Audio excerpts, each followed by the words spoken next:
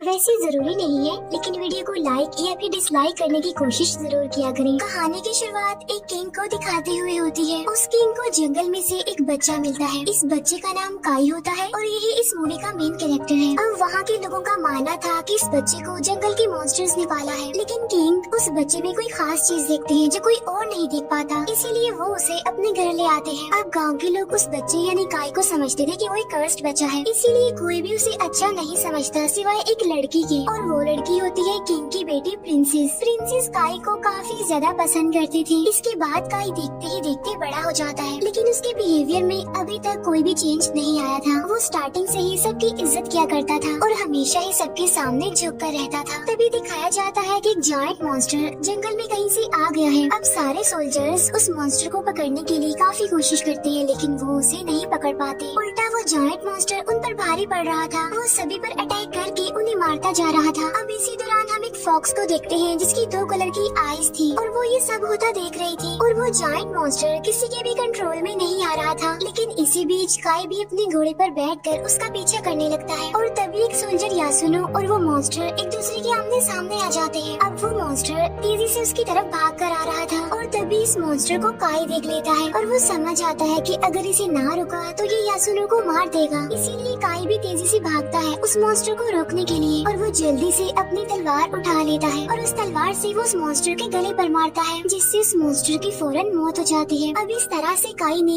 यासुनो की जान बचा ली थी, लेकिन यासुनो इतना ज्यादा सेल्फिश होता है कि वो काई से कहता है कि तुम्हारे हाथों से बचने से बेहतर था मैं मर ही जाता। अब उसकी इस बात से काई काफी हर्ट होता है। इतनी ही देर में किंग भी वहाँ पर आ जाते हैं। अब यहाँ पर सब यही सोच रहे होते हैं कि उस मॉन्स्टर को मारा है यासुनो ने, और यासुनो भी किसी को सच्चाई नहीं बताता कि काई ने मारा है उस मॉन्स्टर को, ना कि मैंने। एनीवे, किंग अब यासुनो को उस मॉन्स्टर का एक सिंग रिस्पेक्ट के तौर पर देते हैं। वहीं पर एक कमांडर भी खड़ा हुआ था जो किंग का सबसे खास आदमी था, और इनका नाम ओइशी था। अब ओइशी काई के हाथों पर लगा हुआ खून देख लेते हैं और वो समझ आते हैं कि इस मॉन्स्टर को काई ने मारा है। अब यहाँ पर हमें ये बात तो क्लियर हो जाती है कि राजा एक अच्छे इंसान थे। इसके बाद हमें दूसरे किंगडम का राजा दिखाया जाता है जिसका नाम कीरा होता है। अब कीरा अपनी एक खास साथी जो कि एक विच थी उसके साथ मिलकर दूसरे किंगडम पर कब्जा करने का प्लान बनाता है, यानी वो काई के किंगडम पर कब्जा करना चाहते थे। अब जंगल में 2 आंखों वाली फॉक्स जो हमने देखी थी वो कोई और नहीं बल्कि यही विच थी। अब वो विच कीरा को काफी इंसिस्ट करती है कि इस फेस्टिवल पर हम जरूर जाएंगे। इसके कुछ दिन बाद फेस्टिवल स्टार्ट हो जाता है। इस फेस्टिवल में सबसे बड़ा किंग भी आया हुआ था। सबसे बड़ा किंग यानी जो सारे किंगडम्स का लीडर होता है, और वही सबसे बड़ा राजा भी होता है। अब किंगडम्स के राजा की बात सबको माननी पड़ती है और उसी का ही हुक्म चलता है। अब यहाँ पर एक खेल होने वाला था। सभी किंगडम्स का एक एक वॉरियर आगे आएगा और वो आपस में लड़ेंगे, और जिस किंगडम का वॉरियर जीत जाएगा उस किंगडम की रिस्पेक्ट बढ़ जाएगी। अब दूसरी किंगडम यानी कीरा की तरफ से एक काफी लंबा चौड़ा आदमी आता है जिसे देखकर सबकी आंखें खुल जाती हैं। अब काई की तरफ से यासुनो ने आगे आना था क्योंकि सबको लग रहा था कि जायंट मॉन्स्टर को उसने मारा है इसलिए, लेकिन यासुनो तो टेंट में अजीब हालत में मिलता है। तब ये देखकर कमांडर ओइशी का बेटा उससे पूछता है कि क्या हुआ आपको, आप ठीक है ना? असल में यासुनो की आईज बिल्कुल व्हाइट हो गई थी, और जब काई ने उसकी ऐसी हालत देखी तो वो समझ गया कि इसे किसी ने पोजेस कर लिया है। काई कहता है कि किंगडम की इज्जत बचाने के लिए अब किसी को तो जाना ही है ना। अब यहाँ पर एक रूल बनाया गया था कि सिर्फ वॉरियर्स ही उस लड़ाई में लड़ सकता है और कोई भी नहीं। अब हालांकि काई भी एक वॉरियर ही था, लेकिन कोई भी उसे वॉरियर समझता नहीं था। सबका यही मानना था कि वो प्योर नहीं है, लेकिन इसके बावजूद भी काई वॉरियर्स वाला कॉस्ट्यूम और मास्क पहन लेता है। अब काई उस लंबे चौड़े आदमी से लड़ने के लिए चला जाता है। अब स्टार्टिंग में तो काई ने उसे भारी टक्कर दी, लेकिन जाहिर सी बात है कि वो लंबा चौड़ा आदमी पावरफुल भी था, इसीलिए वो काई को जोर से किक मारता है, जिसकी वजह से काई पीछे जाकर गिरता है। इसके बाद काई उठकर दोबारा से उसके साथ लड़ने लगता है, लेकिन इस बार काई की तलवार टूट जाती है और इस बार वो आदमी काई को जोर से पंच मारता है, जिसकी वजह से काई दूर जाकर गिरता है। साथ साथ अब उसका मास्क भी उतर जाता है। अब काई को वहाँ पर देखकर सब लोग काफी हैरान रह जाते हैं।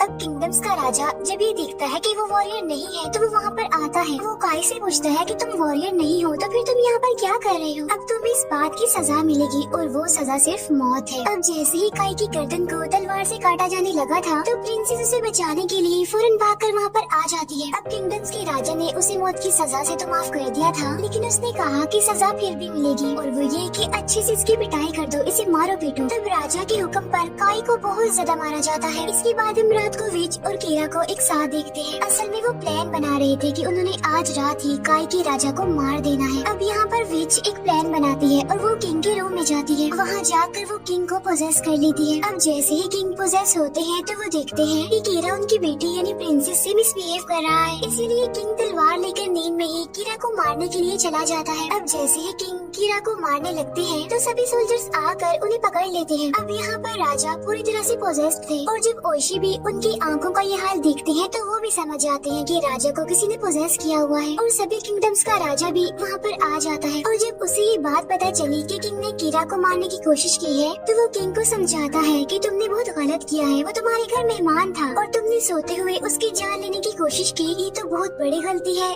जिसकी सजा सिर्फ मौत है, क्योंकि सबके साथ इंसाफ होगा, फिर चाहे वो कोई राजा हो या फिर कोई आम आदमी हो। किंगडम्स का वो राजा किंग से कहता है कि तुमने इस किंगडम के लिए बहुत मेहनत की है, इसीलिए हम तुम्हें एक रिस्पेक्ट वाली, एक इज्जत वाली मौत देंगे, यानी तुम खुद अपने हाथ से अपनी ही जान लोगे। अब वहाँ का ये माना था कि जो इंसान अपनी जान खुद लेगा तो ये एक रिस्पेक्ट वाली, इज्जत वाली बात है। अब किंग अपनी इस पनिशमेंट को पूरी ईमानदारी से कबूल करते हैं और वो अपने पेट में चाकू घुसा लेते हैं। अब ओशी ना चाहते हुए भी इसमें अपने राजा का साथ देता है और किंग का सर ही धड़ से अलग कर देता है। अपने बाप की मौत को देखकर प्रिंसेस बहुत ज्यादा दुखी होती है। इसके बाद किंगडम्स का राजा बहुत ही गलत फैसला कर देता है। वो कहता है कि हम ये किंगडम कीरा के हवाले कर रहे हैं और प्रिंसेस के पास 1 साल का टाइम है जिसमें कि वो अपने फादर की मौत का दुख मना सकती है और उसके बाद प्रिंसेस की शादी कीरा से कर दी जाएगी। अब क्योंकि कीरा को सारी पावर्स मिल गई थी इसीलिए वो इस बात का नाजायज फायदा उठाता है। वो सबसे पहले किंग के खास कमांडर ओशी को प्रिजनर बनाता है। इसके बाद किंग के जितने भी अच्छे लोग थे उन सबको प्रिजनर बना दिया और काई को उसने एक आइलैंड पर भेज दिया। इसके बाद वो 1 साल गुजर जाता है। अब ओशी की सजा भी खत्म हो गई थी इसीलिए उसे आजाद कर दिया जाता है और जब ओशी का बेटा अपने फादर को देखता है तो वो उन्हें घर ले आता है। अब ओशी के दिल में सिर्फ एक ही चीज थी और वो था बदला। वो कीरा से अपना बदला लेना चाहता था, उसे मार कर। सबसे पहले तो अपने किंग का बदला, उसके बाद किंग के लोगों के साथ उसने जो किया उसका बदला। इसीलिए वो अपने बेटे से पूछता है कि हमारे बाकी सोल्जर्स कहाँ पर हैं? जिस पर उसका बेटा जवाब देता है कि वो सारे जंगल में छुप कर रह रहे हैं। अब यहाँ पर ओशी अपने बेटे के थ्रू अपना मैसेज अपने सोल्जर्स तक पहुँचाता है और ओशी खुद भी किसी को लेने के लिए चले जाते हैं। ओशी उसी आइलैंड पर चले जाते हैं जहाँ पर काई को भेजा था। वो देखते हैं कि इस आइलैंड का तो बहुत बुरा हाल है, लोग सरेआम ही शराब पीते हैं, बुरी बुरी चीजें करते हैं। इसके बाद ओशी अंदर चले जाते हैं जहाँ पर वो देखते हैं कि फाइट चल रही है और ये फाइट एक आदमी और एक जायंट मैन के बीच चल रही थी। वो जायंट मैन उस दूसरे आदमी पर भारी पड़ रहा था लेकिन फिर देखते ही देखते वो आदमी उस जायंट मैन का सर ही धड़ से अलग कर देता है। ये इंसान कोई और नहीं बल्कि काई था। अब ओशी वहाँ के लोगों से कहते हैं कि मैं भी फाइट करना चाहता हूँ, इसीलिए उन्हें भी अंदर भेज दिया जाता है और वो दोनों एक दूसरे के आमने सामने थे। अब लड़ाई के दौरान ओशी काई को समझाने की काफी कोशिश करते हैं कि मैं हूँ ओशी, क्या तुम मुझे नहीं पहचान रहे हो? लेकिन काई तो उसे नहीं पहचान रहा था, जैसे उसकी याददाश्त चली गई हो। वो लगातार ओशी पर अटैक कर रहा था। अब यहाँ पर ओशी खुद को बचाने की कोशिश भी कर रहे हैं, साथ साथ काई को समझाने की कोशिश भी कर रहे हैं, लेकिन काई तो अब भी उन्हें नहीं पहचानता। लेकिन जब ओशी ये कहते हैं कि हमने प्रिंसेस को बचाना है, उसके दुख का 1 साल खत्म हो गया है और अब कीरा से उसकी शादी कर दी जाएगी तो हमें उसे बचाना है। अब यहाँ पर काई को सब कुछ याद आ जाता है, इसीलिए वो दोनों लड़ने की एक्टिंग करते हैं और लड़ते लड़ते वो वहाँ से बाहर आ जाते हैं।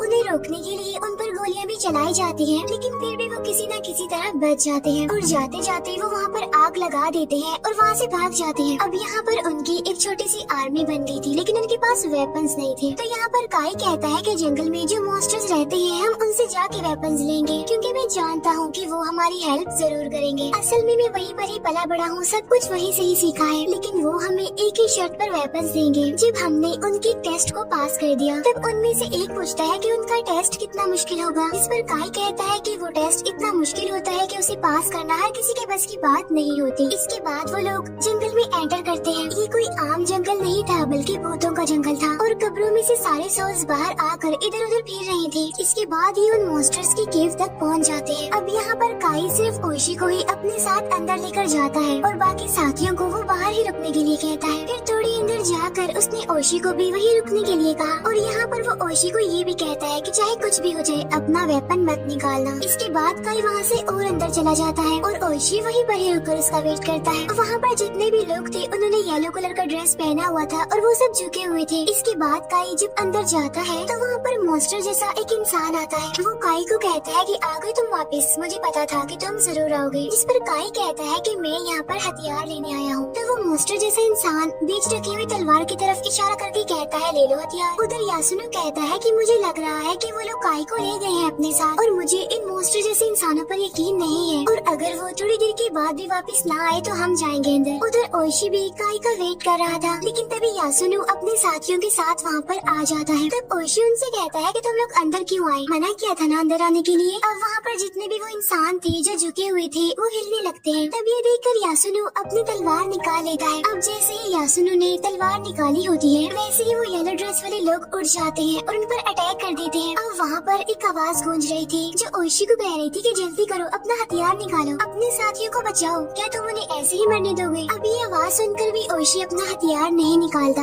उधर काई और वो मॉन्स्टर जैसा इंसान तलवार से सेम दूरी पर खड़े थे। अब पहले काई उस तलवार की तरफ बढ़ता है और बाद में वो मॉन्स्टर जैसा इंसान। अब क्योंकि उस मॉन्स्टर जैसे इंसान में पावर्स थी इसीलिए वो आगे बढ़ रहा था तेजी से। लेकिन यहाँ पर हम ये जान पाते हैं कि वो सारी पावर्स काई के पास भी थी, क्योंकि बचपन में उसने सब कुछ इन लोगों से ही तो सीखा था। तो इसीलिए काई उससे भी ज्यादा स्पीड में आगे आकर वो तलवार ले लेता है। उधर दिखाया जाता है कि ओइशी ने अपनी तलवार नहीं निकाली तो सब कुछ पहले जैसा हो गया। बात ये है कि उसके साथी तो अंदर आए ही नहीं थे, उसे सिर्फ विजन दिखाया जा रहा था ताकि वो अपना हथियार निकाले। उसने तलवार इसीलिए नहीं निकाली क्योंकि उसे काई की बात याद थी कि चाहे कुछ भी हो जाए हथियार नहीं निकालना। अब क्योंकि इन्होंने उन मॉन्स्टर जैसे इंसानों का टेस्ट पास कर लिया तो इसीलिए सारे हथियार उन्हें मिल जाते हैं और अब ये टोटल 47 रोनिन हो गए हैं। अब यहाँ पर मैं आपको ये बता दूं कि रोनिन आखिर होते कौन है।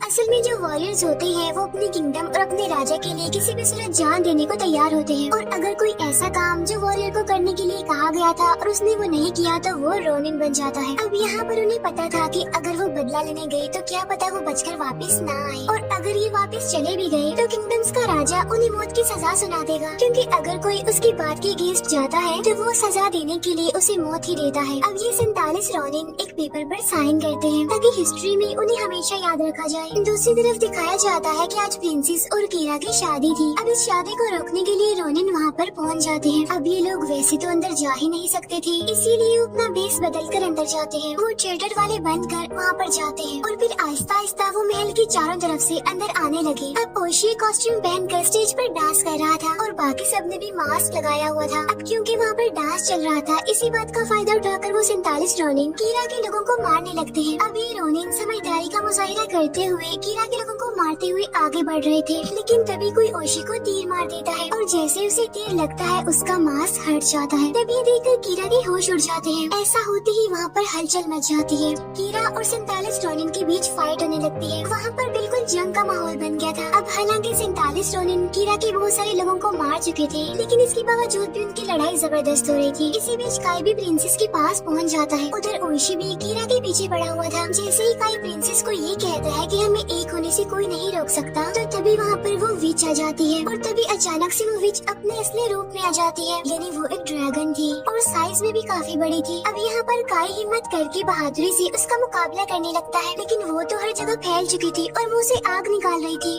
अब काई अपनी तलवार बाजी को इस्तेमाल करता है और वो उस विच को मार देता है। उधर ओइशी भी कीरा पर भारी पड़ रहा था। ओइशी कीरा को कहता है कि मैंने तुम्हें कहा था ना कि मैं सबका बदला लेकर रहूंगा तुमसे, और ऐसा कहकर ही वो कीरा का सर ही धड़ से अलग कर देता है। अब उसने कीरा का सर अपने हाथ में पकड़ा होता है। तब कीरा के सर को उसके हाथ में देखकर लड़ाई रुक जाती है। अब यहाँ पर 47 रोनिन जीत गए थे और उन्होंने अपना बदला भी ले लिया था कीरा से। लेकिन जब वो सभी किंगडम्स के राजा के पास जाते हैं तो राजा उन्हें कहता है कि तुमने ये काम मेरी मर्जी के खिलाफ किया है। मैंने कहा था कि कोई अटैक नहीं करना, कोई बदला नहीं लेना, लेकिन तुमने फिर भी ऐसा किया, इसीलिए अब तुम्हारे लिए सिर्फ मौत की सजा है। लेकिन तुम सब रिस्पेक्ट यानी इज्जत वाली मौत ही मरोगे, क्योंकि बेशक तुम मेरे खिलाफ गए, लेकिन तुमने अपने राजा को इंसाफ दिलाने के लिए अपनी जान की परवाह भी नहीं की। इसीलिए मैं तुम्हें इज्जत की मौत देना चाहता हूँ, यानी तुम भी तुम्हारे राजा की तरह खुद ही अपनी जान लो, यानी खुद ही अपने आप को मारो। अब यहाँ पर ओइशी उसकी ये बात मान लेता है। इसके बाद दिखाया जाता है कि उन सब ने व्हाइट कलर का ड्रेस पहन लिया है और खुद को मारने के लिए वो बिल्कुल रेडी है। और ये सब देखकर प्रिंसेस रो रही होती है। फिर किंगडम्स का राजा ओइशी के बेटे को वहाँ से उठा देता है और कहा कि तुम अपनी जान मत लो, क्योंकि मैं चाहता हूँ कि ओइशी का कोई तो एक जिंदा बचे उसकी निशानी के तौर पर। इसके बाद वो सब अपनी जान ले लेते हैं। रिस्पेक्ट वाली मौत मिलती है उनको, बिल्कुल वॉरियर की तरह। तब उन्हें देखकर प्रिंसेस रोने लगती है और यहीं पर ये मूवी दी एंड हो जाती है।